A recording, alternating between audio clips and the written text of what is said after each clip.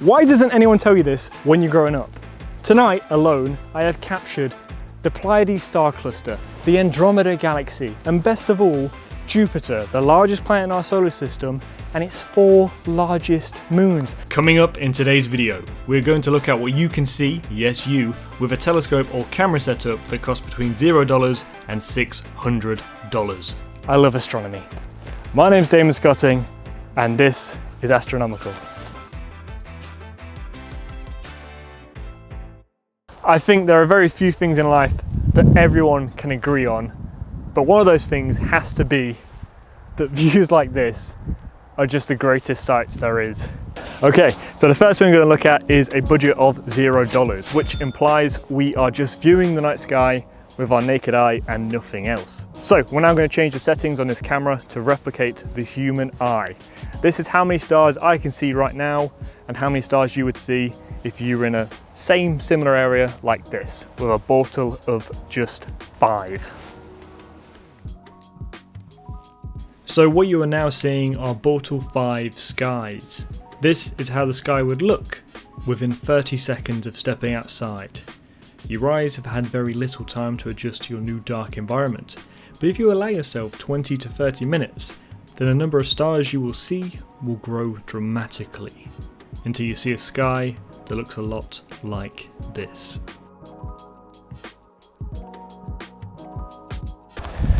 Now look at that. Look at that. Isn't that amazing? Okay, isn't that one of the most incredible sights you've ever seen? It's beautiful, it's magnificent, regardless of the way you look at it, whether you think that is the limit to our universe and the stars in our night sky is all there is, or if you believe there are more universes out there. It doesn't matter what your view on the outlook of life is, we can all agree that that right there is special. And it's completely free. This doesn't cost you a penny. Anyone can step outside and appreciate the beauty of the night sky. So, is there anything special we can see without the help of a telescope? What can we see with the naked eye? Do you see that small cluster of stars just above my head? These are the Pleiades, otherwise known as the Seven Sisters. The Seven Sisters are a young star cluster, and they will be the main focus of today's video. They really are gems of our night sky, but for me, there is one deep sky object that stands above all others when it comes to spectacle and wonder. It appears to many as nothing more than a small, unremarkable cloudy patch of light, but it is far, far more significant than that. Now just behind me is perhaps one of the greatest sights you can see with the naked eye. That fuzzy patch of light has changed the way we view our universe more than anything else in the history of mankind. It expanded our horizons further than anything else has ever done. It wasn't until the beginning of the 20th century that we really figured out what that fuzzy patch of light was. Up until that point, astronomers figured that that was a solar system in formation, but the truth was far more bewildering. That fuzzy patch of light is the Andromeda galaxy. It's 2.5 million light years away, and it is the most distant point of light you can see with the naked eye. For many of us, the suffocating light pollution in our cities is what prevents us from going out and easily seeing these spectacles. Interestingly, the Andromeda galaxy is currently on course for a collision with our Milky Way galaxy in 5 billion years, meaning it is only going to get easier to see regardless of where you are on the planet. However, you shouldn't let light pollution stop you from stargazing altogether. Last year, I stayed slap bang in the centre of London, one of the most densely light polluted areas on our planet, and I was still capable of seeing many wonders in our night sky. So let's just imagine for a moment what London would look like without any air or light pollution. This is how London would look if you could just see the stars in the night sky.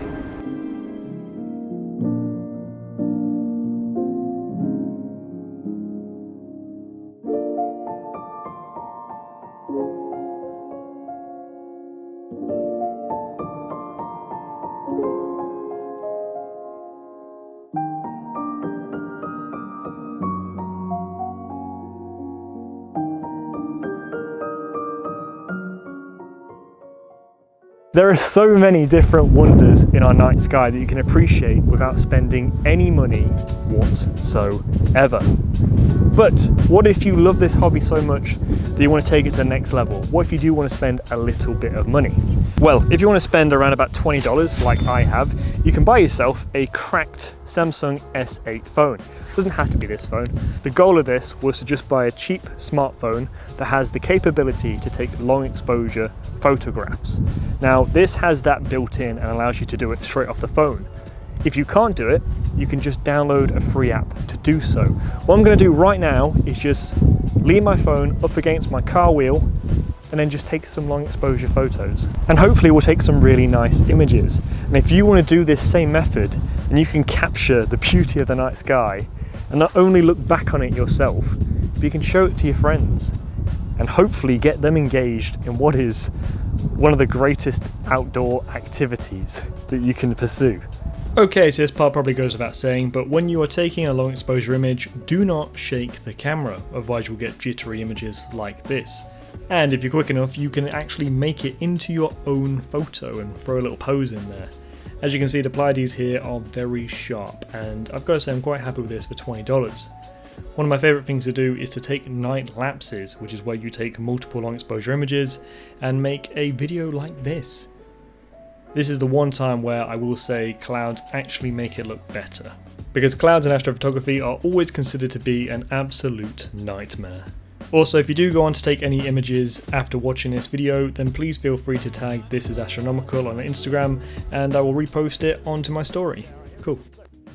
We have the Canon 400D with a 300mm focal length lens that I bought on eBay for 40 quid. So the lens was £40, the camera was £30. The reason the lens was so cheap, relatively, is because it doesn't have an autofocus. But when it comes to astrophotography, that don't matter. We don't need the camera to try and focus in for us. In fact, if anything, when it comes to astrophotography, it's a nightmare using autofocus. I am gonna try and position it as best as I can. I can kind of see it in the viewfinder, but because it's such an old camera, the viewfinder is tiny. All right, I've got it. Now, this is a handy trick that you're gonna need to know because it comes up very useful. Where's my lens cap? There we go. So, you're gonna wanna shoot a long exposure, but the issue is when you press down the shutter button to take a picture, the camera itself shakes a little, vibrates, which means all the stars in your image for this long exposure photo are jittery. They all move around and it looks terrible. So, how can you compensate for that? Quite easily. I'm going to take a 5-second exposure, but really it's going to be about 3 seconds because I'm going to put the lens cap just in front of the actual lens of the camera. Take the picture, remove the lens cap. I haven't attached it, just held it in front of it. And then, voila! Look at that! The Pleiades, the Seven Sisters. Easy as that. That is actually quite a nice picture, okay? But we can do better than that, and we are going to do better than that at no extra cost. So rather than just taking one photo and going, yeah, I've done it, nailed that, yeah, pub, we're actually going to take a bunch of photos and then we're going to use a software called Deep Sky Stacker, which is completely free. And we're going to take all of those photos that we have and then stack them on top of each other and make an even better photo. So this is the final result after stacking pretty much 12 minutes worth of exposures, and I've got to say, I'm quite happy with that. I know the stars don't look great, but you can actually see the dust lanes in front of the stars, and I think that part is really cool. If I want to get rid of the sort of purpley magenta tinge around the stars, then I need to take longer exposures to reduce the signal noise ratio. You can see the same problem here in this picture I took of the Orion Nebula. But with all that being said, for £70, what an incredible image this camera and lens have taken.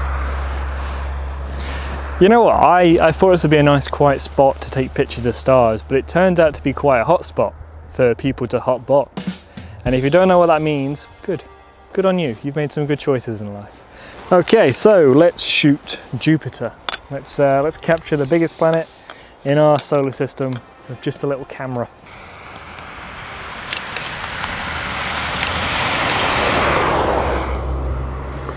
Well, that looked weird. All right, so we're going to zoom in all the way for 300 millimeters. Fantastic. Get rid of that light. Okay, here we go. The biggest planet in our solar system.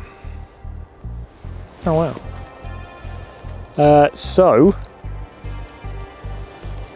Oh wow.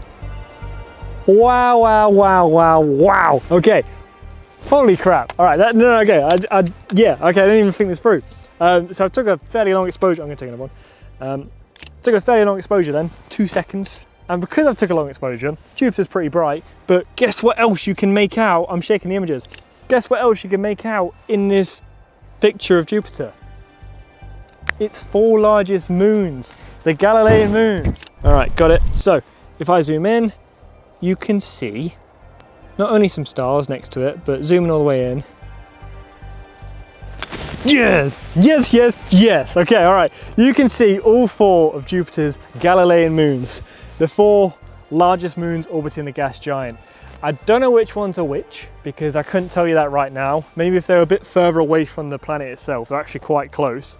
On the left, you've got 2 moons. On the right, like just to the right of it, you've got another moon, and then really far out, you've got another moon.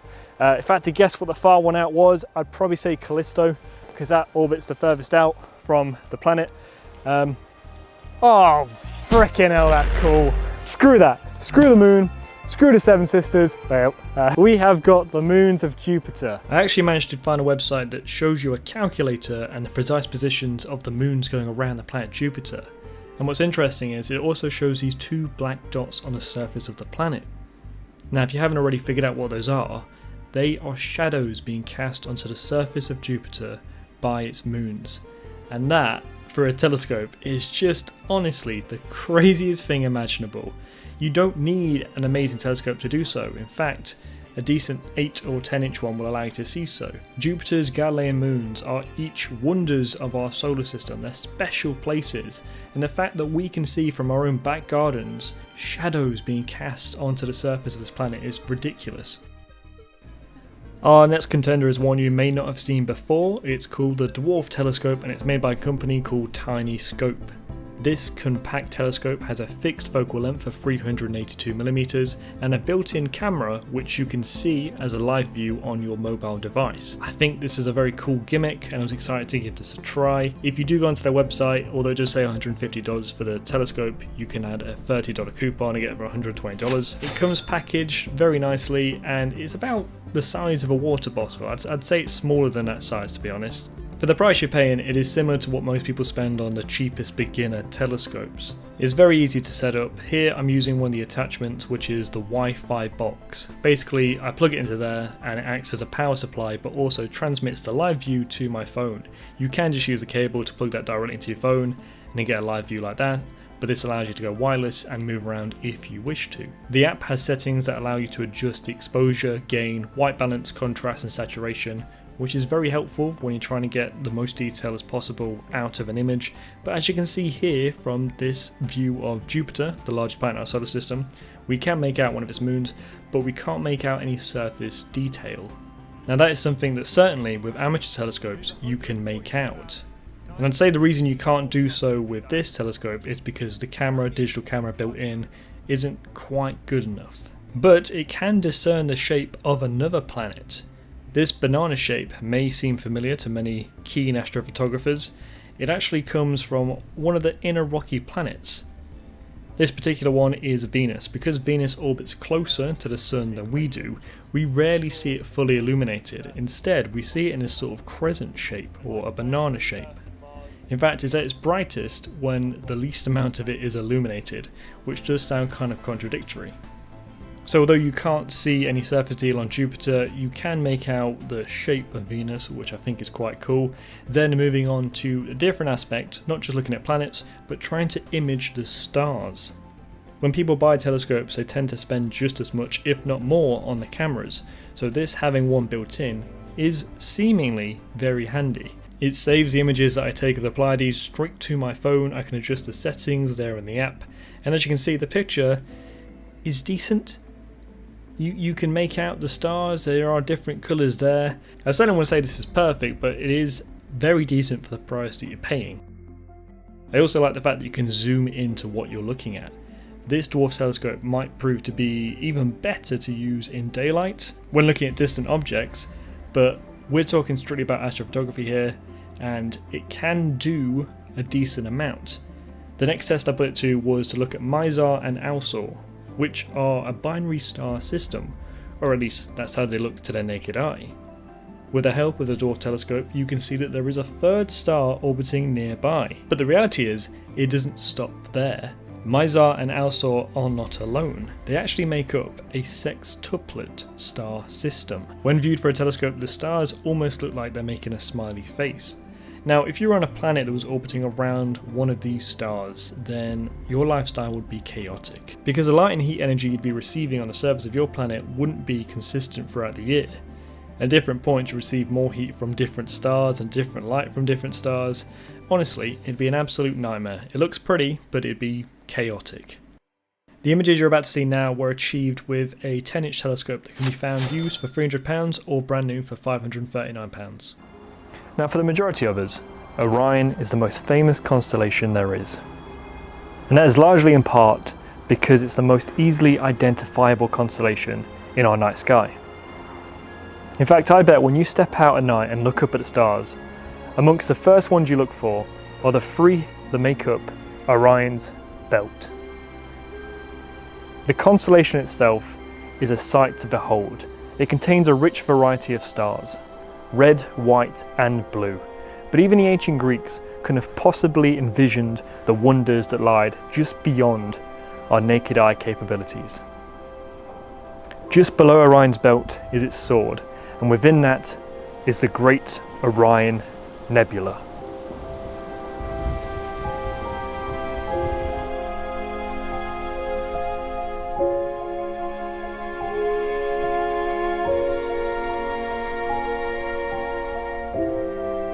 The Orion Nebula is effectively a stellar nursery.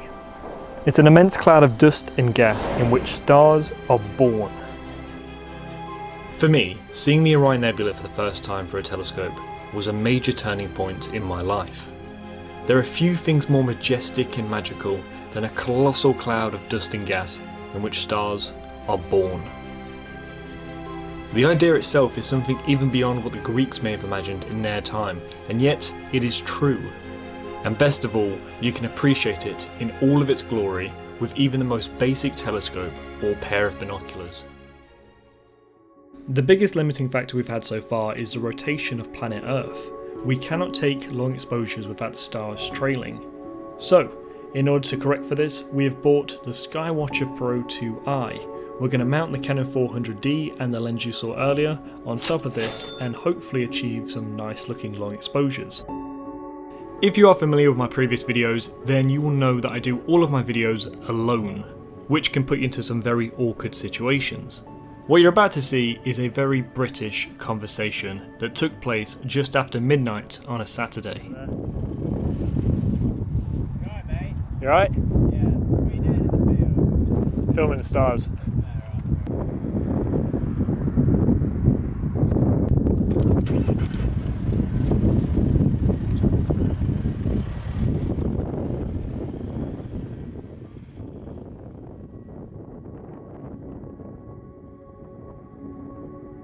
The two blokes eventually drove off looking just as confused as I do setting this rig up. I managed to get a few shots of the Pleiades before I packed away and called it a night.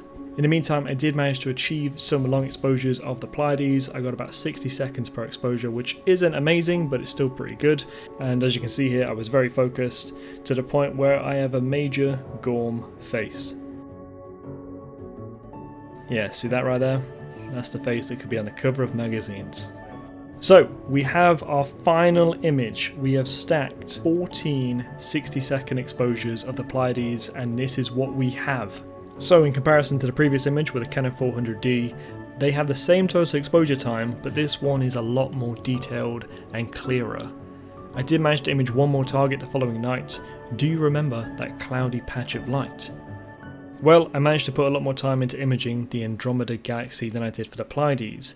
I achieved 27 2-minute long exposures and stacked them together to create this masterpiece. Okay, maybe not masterpiece, the core itself is completely blown out. There are plenty of better images of the Andromeda Galaxy out there, but I will say they likely have better equipment than I do. So we have now completed all of our images and we can compare our different budgets and see the images each one achieved. Now the naked eye is a very distant looking object, but still nonetheless beautiful in its own right. We have the Pleiades achieved with the Canon 400D, we made out of dust lanes. The tiny scope, dwarf telescope, couldn't quite bring out much detail, but it is better at other things. And then lastly we have our biggest budget setup, and that is by far the most stunning image. I will say one final thing regarding the Dwarf Telescope, and that is that they're about to bring out a new version of it, the Dwarf 2 Telescope, and it has a very special feature that I've never seen before, and that is built-in star stacking, which is honestly really cool, and I'm excited to try it out, especially because its cost is going to be $349. In its comparison here, it does make some good points about what it can do and other setups can't do, but I don't agree with that last point about it being portable and the others aren't being portable. I'd say Dwarf 2 is ultra portable and the others are just portable, because I will happily carry any of those other two setups around with me. Arguably the most important lesson I hope you take from this video is to have patience when stargazing, because you will be blown away by what you can see if you just sit and wait 20-30 minutes and allow your eyes to adjust to the wonders of our night sky. So what are you waiting for? Get outside.